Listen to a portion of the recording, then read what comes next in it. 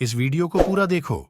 आज ही आपके जीवन से सारी परेशानी खत्म होगी और चैनल को सब्सक्राइब और वीडियो को लाइक करें। गवाही में बताओ कैसे यीशु ने आपको बचाया, कैसे आपको पता चला कि वो मेरे गुनाहों के लिए मरा, गाड़ा गया और जी उठा। मैं आपको सच कहता हूं, सुसमाचार एक संदेश नहीं है, सुसमाचार एक सिद्धांत नहीं है। बाइबल बताती है सुसमाचार परमेश्वर की सामर्थ है। Gospel is not a doctrine, gospel is not a message.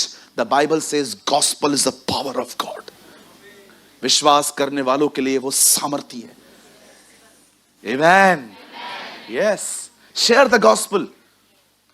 Bible कहती है ये वो दिन थे जब परमेश्वर ने देखा कि पूरी दुनिया बुराई में है और परमेश्वर नोहा के पास आके कहता है, नोहा मैं सब खत्म करने वाला हूं, लेकिन मैं तुझे बताना चाहता हूं क्या करना है। खुदा ले एक लकड़ी और अपने तीनों बेटों का इस्तेमाल कर और एक जलयान बना और कुछ समय के बाद मैं जल पर ले आऊंगा। इस बार भी परमेश्वर ने नोहा पे प्रकट किया कि वो सब कुछ खत्म करने वाला है।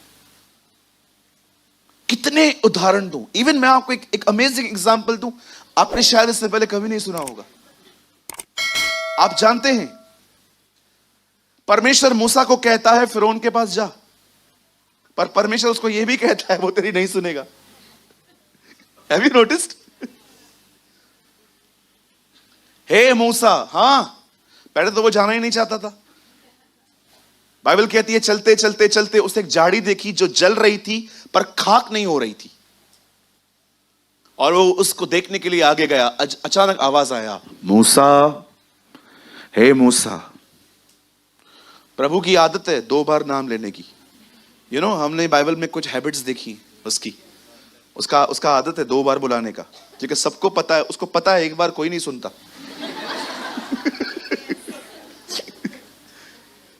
सैमुअल,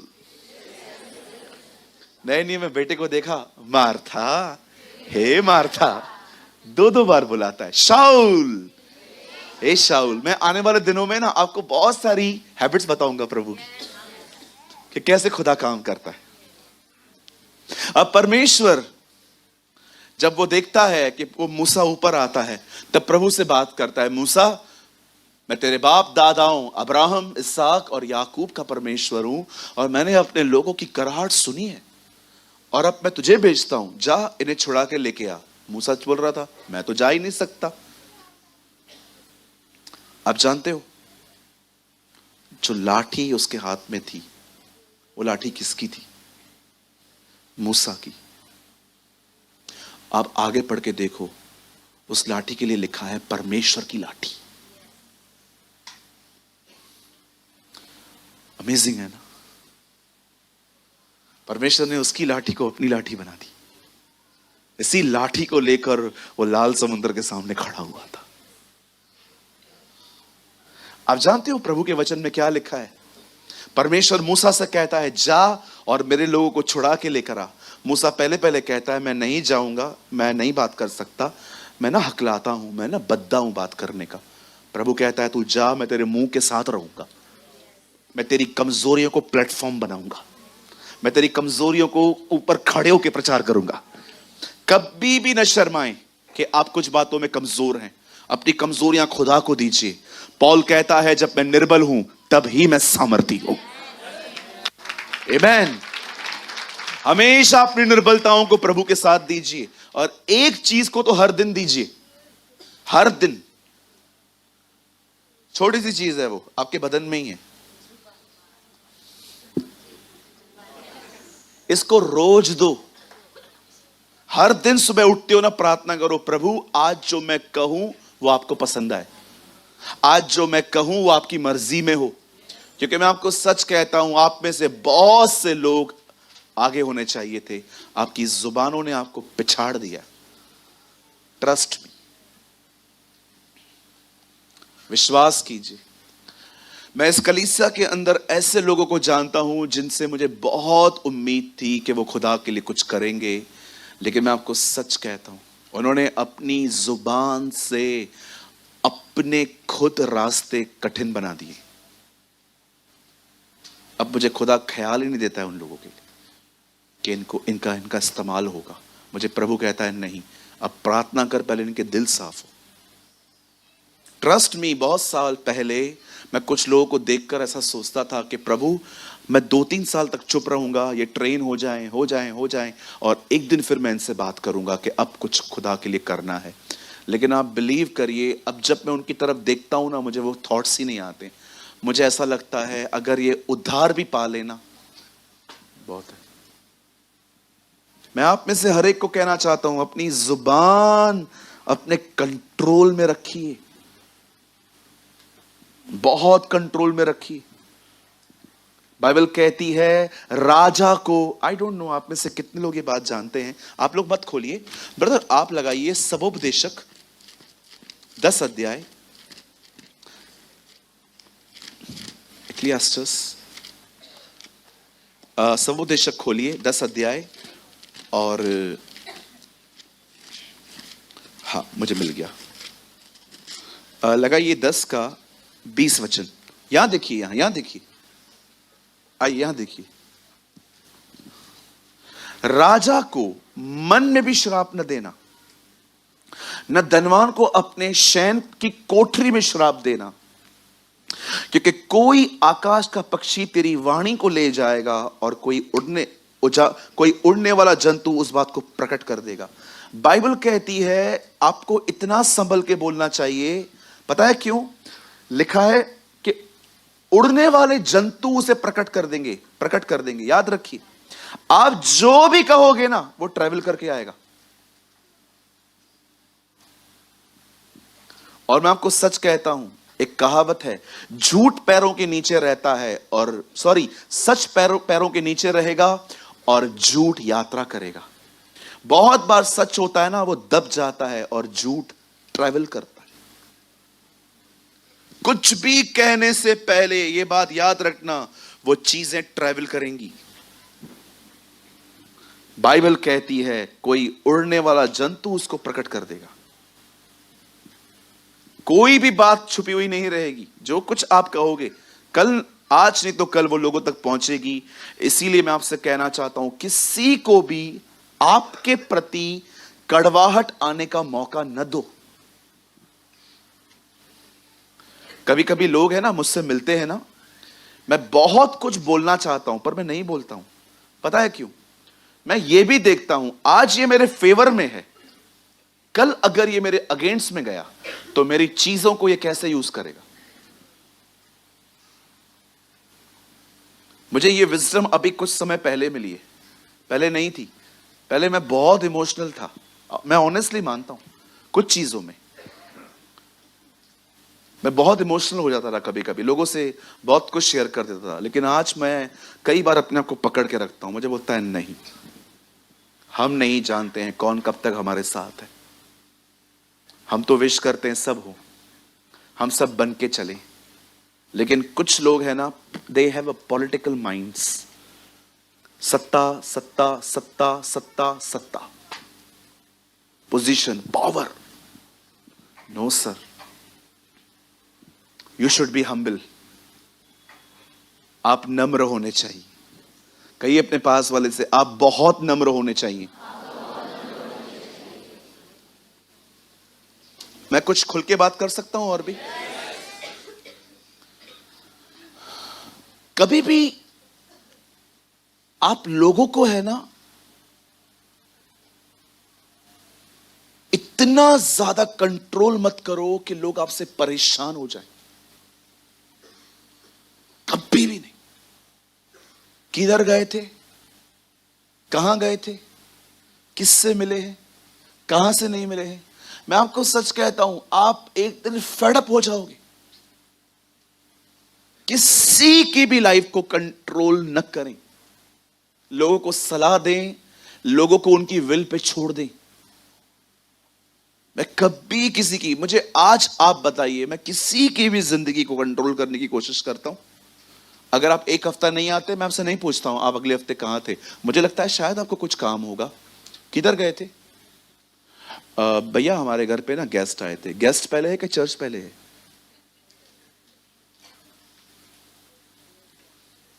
हमारे प्यारे भाई हैं यहां पर, गिरीश भाई, तेजवानी भाई। बीच में हमारा एक प्रोग्राम बना, मैंने उनको कहा मेरे साथ चल रहे हो?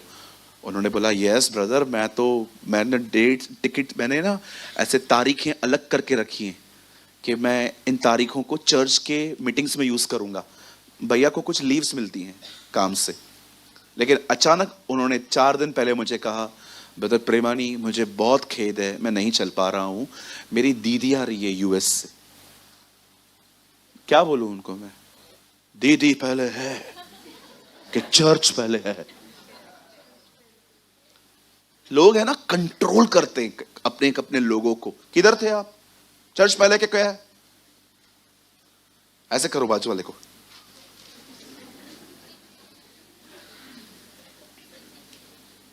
आपको पता है परमेश्वर कभी किसको कंट्रोल नहीं करता। मैं आपको एक एग्जांपल दूं। परमेश्वर ने इजरायलियों को कहा था जब तुम उस देश में पहुंचो वहां पर 7 जातियां हैं, सबको निकाल देना।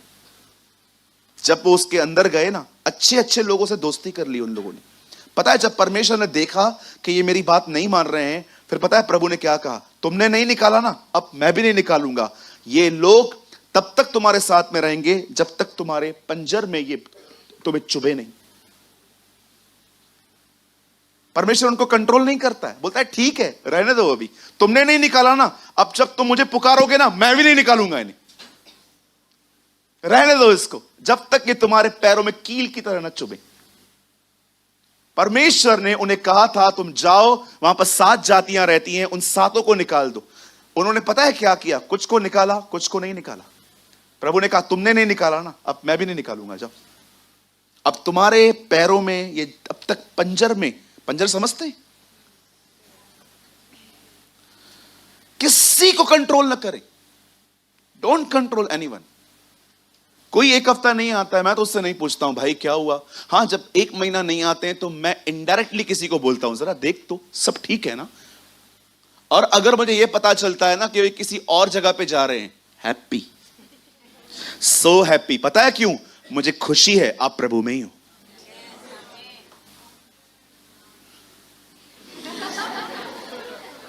I am so happy, at least आप जीसस में हो। मुझे खुशी है कि आप उसी खुदा को मानते हो। हाँ मैं डिस्टर्ब तब रहूंगा जब मुझे पता चलेगा कि आपने यीशु का ही इनकार कर दिया है। हाँ तब तो मैं आपको सच कहता हूं। फिर मैं चर्च के लोगों को बोलता हूं जाओ मिलो उनसे, बात करो, ले आओ उन्हें। उनका उद्धार प्रभु ने किया है। आपको पता है कोई आपका उद्धार आपसे छीन नहीं सकता, लेकिन आप चाहें तो उसको फेंक सकते हैं।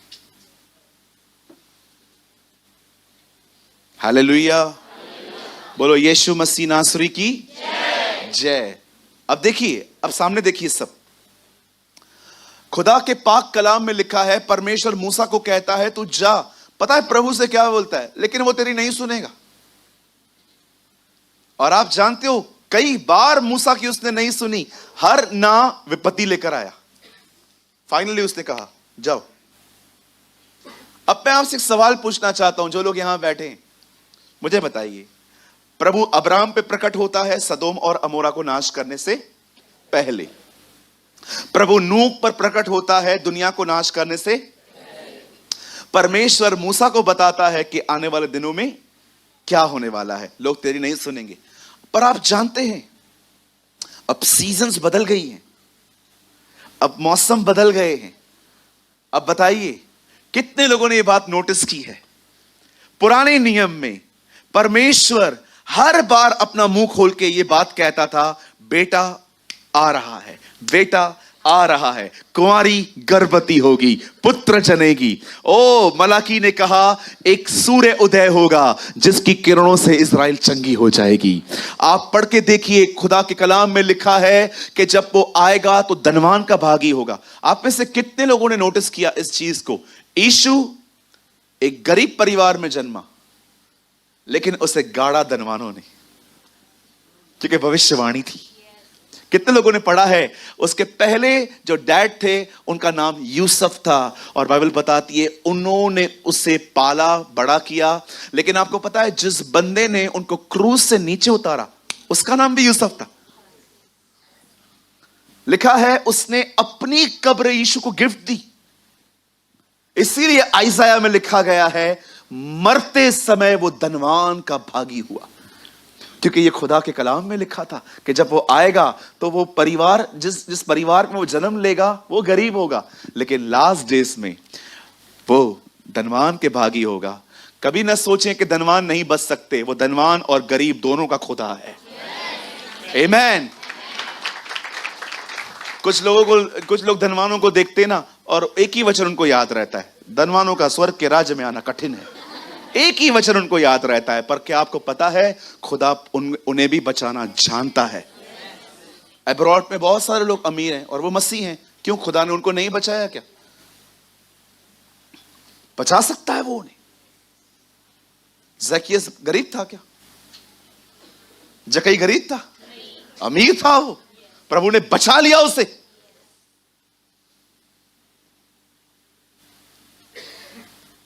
हालेलुया। मेरे पीछे कहिए, प्रभु हर एक का उद्धार कर सकता है। आमीन। आप पुराने नियम को पढ़िए, आपको हर जगह पे दिखाई देगा बेटा आने वाला है, बेटा आने वाला है, बेटा आने वाला है। आखिर बेटा आ गया। अब बेटे ने एक और चीज रिवील की, पवित्र आत्मा आ रहा है, पवित्र आत्मा आ रहा है, पवित्र आत्मा आ रहा है। पर आपको पता है अब वही पवित्र आत्मा हम पे प्रकट कर रहा है, अब वो बहुत जल्द आने वाला है। He is coming, he is coming, he is coming, he is coming। मैं आप में से हर एक को कहना चाहता हूं, याद रखिए, अब्राहम पे प्रकट किया गया सदोम और अमोरा नाश होने वाला है। मूसा पे प्रकट किया गया फिरौन तेरी नहीं सुनेगा। नोहा पे प्रकट किया गया दुनिया खत्म होने वाली है। पर आज कलीसिया पे प्रकट हुआ है कि वो बहुत जल्द आने वाला है।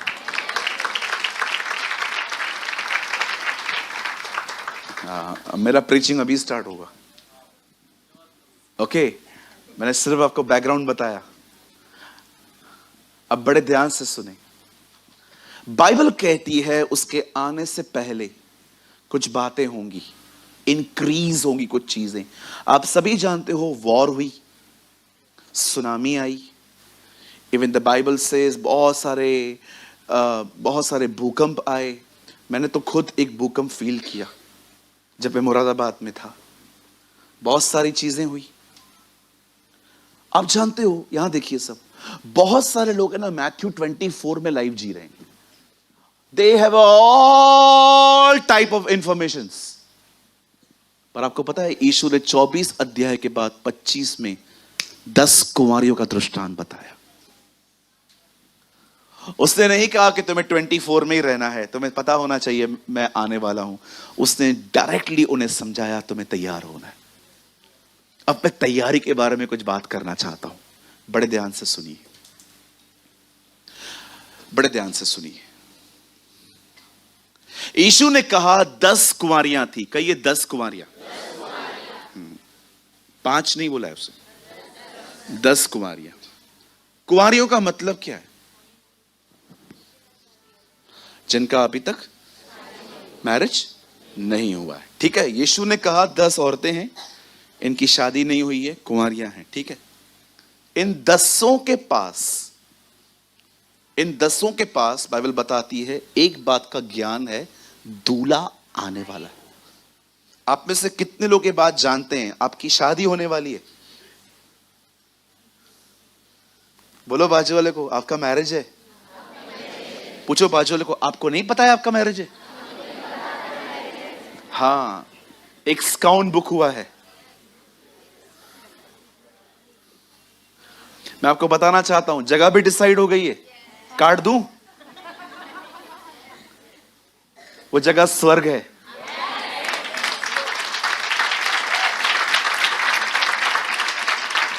हमारी बाइबल की शुरुआत होती है आदम और हवा की शादी से। यीशु मसीह का पहला चमत्कार एक शादी में, और प्रकाशित वाक्य का अंत है मेमने और कलीसिया की शादी पे। आप जानते हैं एक विवाह होने वाला है स्वर्ग में, एक शादी होने वाली है। लेकिन याद रखिएगा, ये शादियां कुंवारियों की होंगी, व्यभिचारिणियों की नहीं।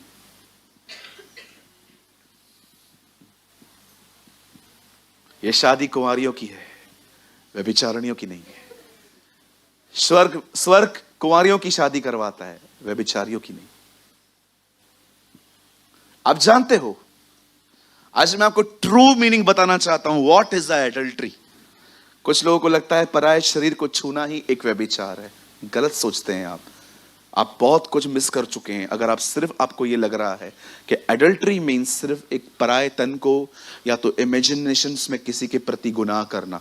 अब बड़े ध्यान से सुनिए, 10 कुंवारियां हैं, लिखा है 5 बुद्धिमान हैं और 5 मूर्ख हैं। अब ये बुद्धिमान और मूर्ख क्या होता है? आपको पता है मूर्ख कौन है? बाइबल कहती है मूर्ख है वो व्यक्ति जो खुदा का कलाम सुनता है पर वो उसे मानता नहीं, और बुद्धिमान है वो व्यक्ति जो उसका वचन सुनता है, उसको मानता है, उसने अपना घर चट्टान पर बनाया है। आज मैं आपसे पूछना चाहता हूं, सबसे पहली चीज, जो कुछ आप रविवार को सुनते हो, क्या वो 6 डेज आप प्रैक्टिस करते हो? क्या आप एक अच्छे लिसनर हो? हाँ, वही हम मस्त बताइंदो आप घर बनी कुछ कही के तारक मेहता ॾिठी? अरे मस्त बातें बताता है सूरज भाई, हम लोग तो उधर ही जाते। ये बात अलग है, सोमवार से शनिवार हम अपनी जिंदगी जीते, लेकिन संडे उधर जाते हैं अपन। बहुत सारे लोग अच्छे लिसनर्स हैं, डूअर्स नहीं है। लिसन बहुत अच्छा करते, बहुत अच्छा, लेकिन जब वो लोगों के साथ मिलते हैं ना, बातें करते हैं ना, आप देखो उनकी बातों में कोई गॉडलीनेस नहीं है। जिस दिन एक व्यक्ति की जुबान उसके कंट्रोल में आएगी ना, मैं उस दिन ये बात समझ जाऊंगा कि इन्होंने प्रभु का वचन गंभीरता से लिया। 5 मूर्ख 5 बुद्धिमान। मैं सोच रहा था ये कैटेगरी क्यों बांट रहा है प्रभु? प्रभु बता रहा है लास्ट के डेज में 2 तरह के लोग होंगे कलीसिया के अंदर, एक बुद्धिमान, एक मूर्ख। इसका मतलब एक बहुत अच्छा सुनने वाले, पर दूसरा सुनने के बाद उसको प्रैक्टिस करने वाले। आप किस में हैं? बोलिए बोलिए, आप किस में हैं? अपने आप से पूछो। कुछ चीजें ना खुद से पूछनी चाहिए, दूसरों से नहीं। प्रभु खुद कह रहा है अंत के दिनों में कलीसिया में 2 तरह के लोग जमा होंगे, बुद्धिमान और मूर्ख। मूर्ख वो जो बहुत अच्छा सुनते हैं, बुद्धिमान वो जो सुनने के बाद उसको फॉलो करते हैं, पालन करते हैं उसका। एक चीज मैं आपसे पूछ सकता हूं जो आपने फॉलो की कि नहीं? पूछ सकता हूं? कितने लोगों ने अपने क्रोध पर जय पाई है? Think about this. गुस्से पर।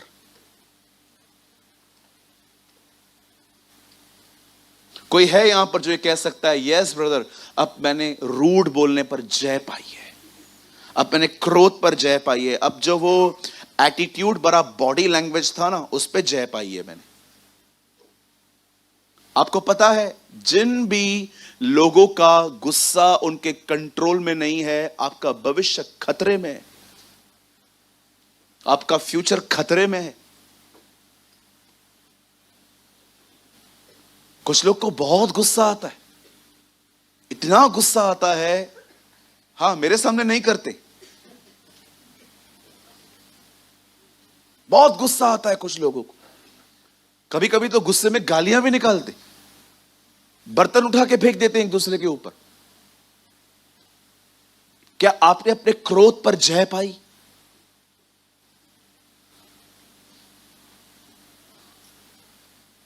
मैं आपको अपना एक पाप बताऊं। एक बार मैं घर आया, मुझे बहुत भूख लगी थी। मेरी मां ने मुझे कॉल करके कहा बाहर से खाना मत